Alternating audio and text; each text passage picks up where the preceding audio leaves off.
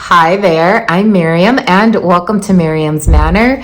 So I am extremely excited to be before you guys again today for a Christmas Village video surprise. I know you didn't expect to see one from me this season, but here we are. You guys get a bonus.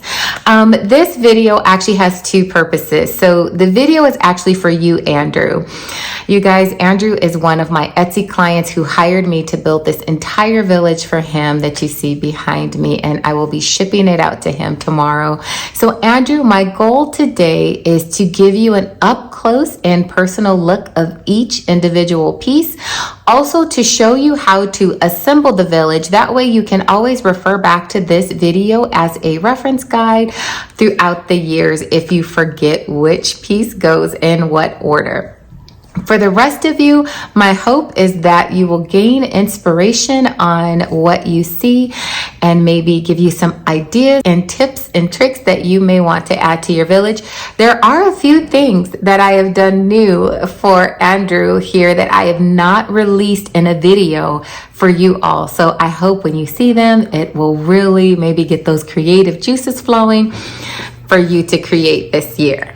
And don't forget, you guys, that the 2025 Christmas Village contest entries will be accepted November 15th. I will be releasing an updated video on that because the judges have decided to be generous again to you all and give you some extra time in some of the categories. So I will be releasing an update video for that pretty soon. So keep your eyes posted for that video over the next 3 to 4 weeks. But that is enough talking. Let's go ahead and get into the tour of this village build. All right, Andrew, this is piece 1 of 2 of your neighborhood build. And as you can see, I went with the brick on your neighborhood, and it is on all 3 sides of this build. As we discussed, I went with the gravel pathway to break up some of the brick, so that gives you that different texture throughout here. The back is completed with the rock formation look, which matches the other pieces that are in the back. So if this was ever exposed on its back side, all of the pieces in the back would look the same.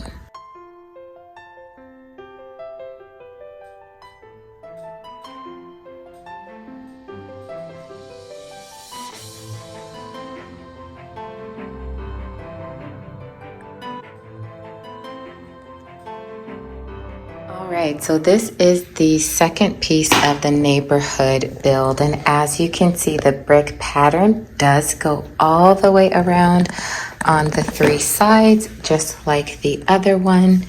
And here are your holes for your cords, and in the back it has the same rock formation in the back of this piece. So these 2 pieces go together like this, and that top piece is accessed by coming up the ramp this way, coming up this way, following the road down, and then over into this platform.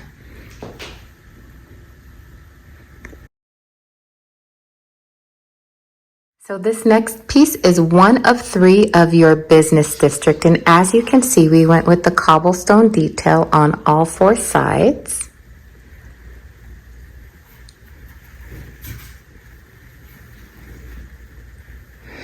And as you can see here on this side, this is where they would actually enter in on the low point and then go up the ramp into the first level. And also, as we discussed, you did want the snow detail added between the cobblestones where it was walkable. So here, that detail is here. And here is an up close look of the snow.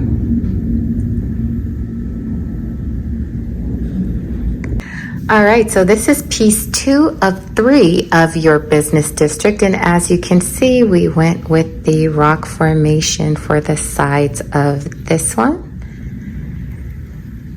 And this is how they would actually enter up. You do have cobblestone roads with snow going up in this area.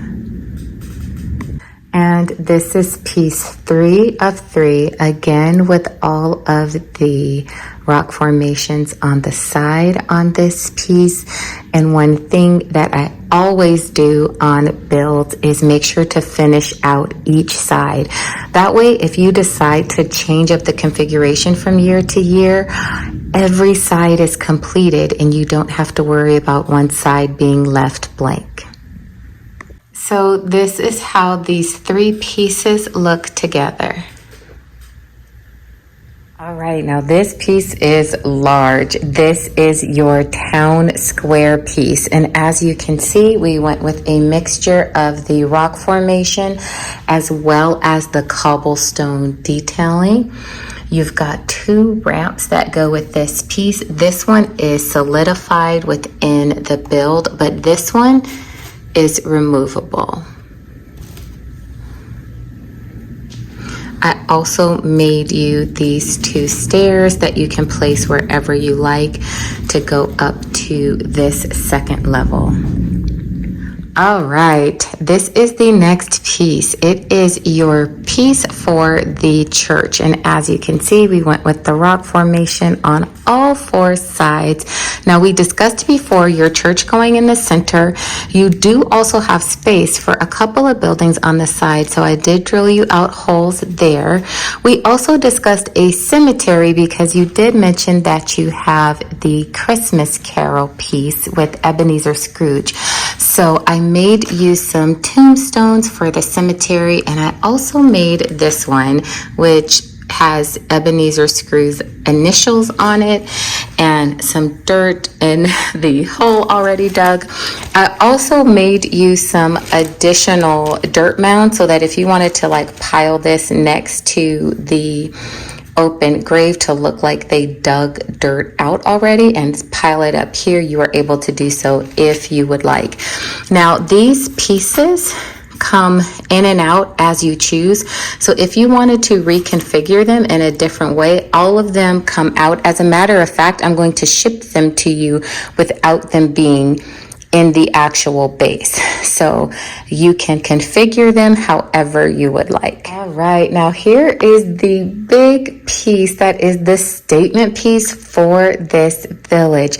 I know you said that your train is non-operational, but I did want to give you 2 tunnels just to add to that effect. I put this windy gravel pathway in your piece because I know you mentioned how much you love the different textures and the walk paths that were in one of my villages. So I wanted to make sure that I added that for you. Also, look at the details in the water. I don't know if it's picking up on camera, but you will be able to see it when you get it home. The water looks like it's moving. There are actually swirls and things like that that I was able to place within the water to look like it's moving. And then you see where it looks like the water is beginning to freeze over. Now, this rock is not glued down. I just made it for you. It's extra. You can place it wherever you would like in your village. And now we come to the waterfall where you can see that water beginning to froth here at this base, and then the waterfall plunges down into the lake below. And the same thing, you can see the water looks like it has movement to it, and you can see where this water is beginning to freeze over as well. And then of course the splashing of the water popping back up. Now on this side where it goes up, these 2 pieces are not connected, and I did that on purpose because I wanted to give you a look of a little whimsy, mystery, and something practical at the same time. So on this side, this ramp comes up, and this gives you a way to access this level here that they have to come up here and cross the bridge. And you can see the wooden planks that I made for you. These are out of styrofoam as well. And then if you continue going up, you have 2 ways to access this level. One from this pathway this way, and then one over here on this side.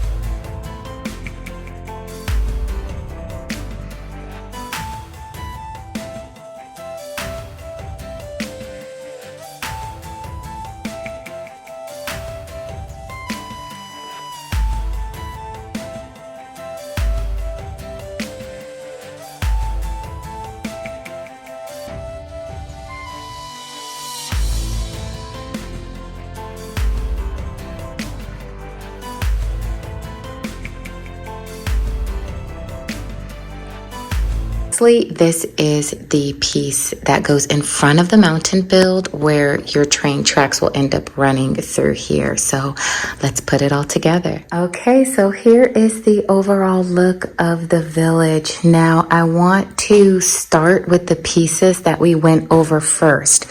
So these are your two neighborhood builds that we showed first. And then these are the three business district areas, and this is just a set of stairs I made you. You don't have to use it anywhere if you don't want, but I thought I would throw it in there just in case. This is your town square build. This is the extra ramp I made you that goes with this piece so people can come up, go into town square, or go back and over down to the other side. This is the extra set of steps as well that leads up to your church platform. And then over this way, this is your mountain piece. So, and the piece that goes right in front of it, they can enter in through here, follow the pathway, go up over the bridge. And the bridge does have ledger stone on the side, and then follow the pathway up and over, or they can stay on the main road and go directly up this ramp over here on this side. So one little trick that I did want to show you is if you take some buffalo snow, and I like to use the Buffalo Snow brand of snow. So if you take some snow, you can piece it apart and tuck it within the seams, just like this.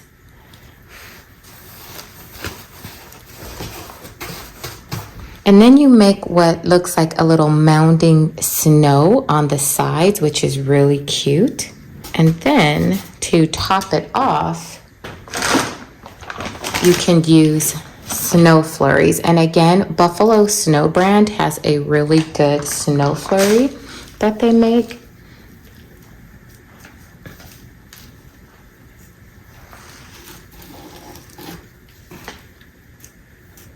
And you see how it just perfectly hides whatever seams you have. So if you choose to do this, that is an option that you can use along any gaps that are on the sides. You can also do it over the seams here. If you take like a really thin piece and stretch it out and tuck it between as well. It does help if you have like a thin flat object to tuck it in between. Like that. And then put some snow flurries over it. And that will help hide the seam for the Christmas season. And I'll give you a close-up. Now I would use a little bit more snow flurries to cover, or just a little bit more buffalo snow, but you can already see the difference. So that way your platforms will appear seamless if you want to go to the extra trouble. You really don't have to, but I thought I'd just give you that little tip just in case. But this is it, and I hope that you love it. I had a wonderful time building this out for you, and I thank you for trusting me with your build, and I can't wait to ship this out to you.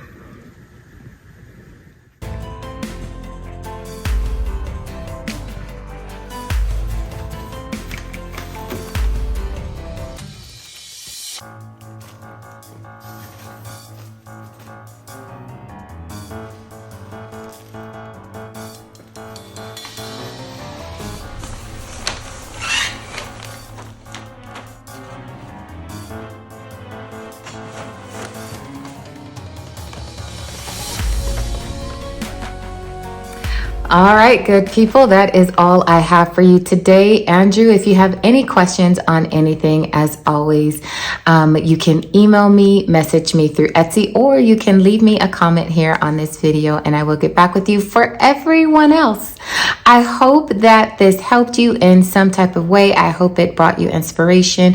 If you have any questions for me whatsoever, as always, leave me a line in the comment section and I will get back with you. And until I see you again, stay safe, God bless you, and I hope to see you really soon. Bye for now.